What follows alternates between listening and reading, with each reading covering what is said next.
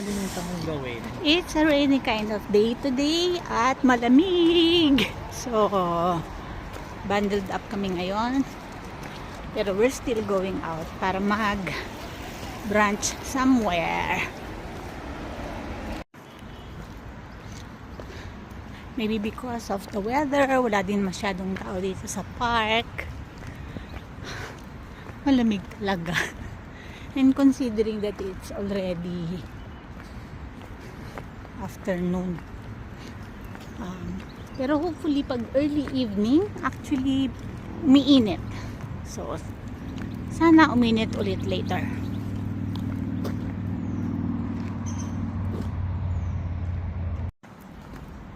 Pero nice walk pa rin. Kasi nga malamig. So, and maraming greens, 'di ba? Kakatuwa. Dito kami mag-breakfast. Let's go.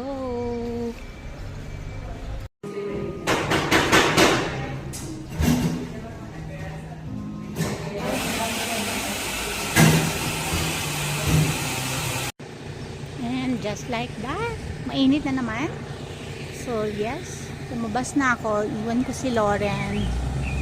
Doon may mga construction sa road. Pero ako, balik ako sa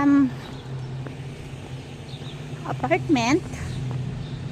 I want to do something muna. And at the same time, baka maglaba ako actually. I'll try a different route this time.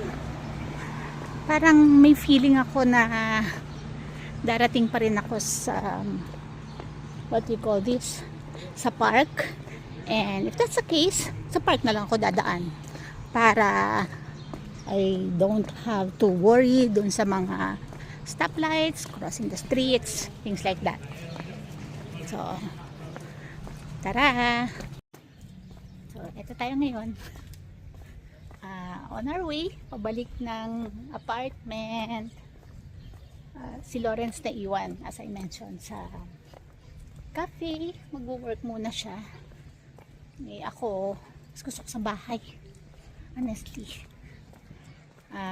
Whereas siya, preferred niya pagka mag-work siya sa cafe or nasa labas siya. So, ako sa bahay, siya sa labas. Medyo ibang area tong dinaanan ko from what Lawrence and I used earlier. I mean the route. So, let's see kung tama yung hinala ko. Honestly, di ko alam kung nasan ako. Pero, hanapin natin nasan ang river.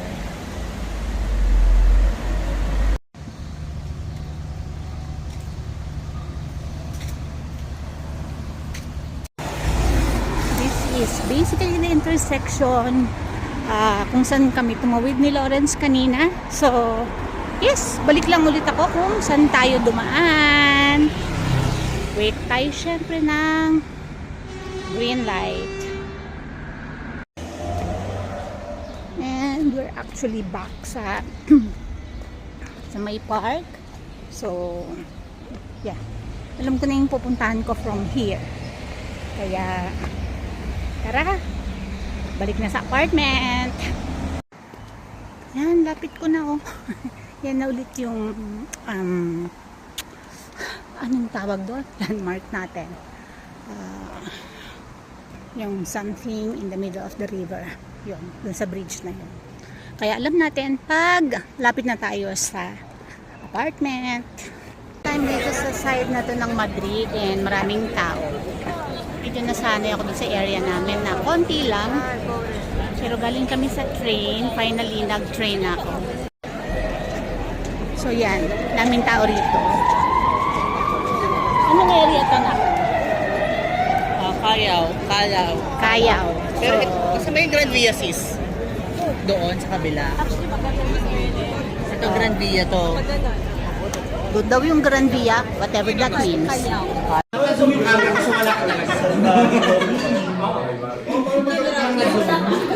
Picture mo na portrait.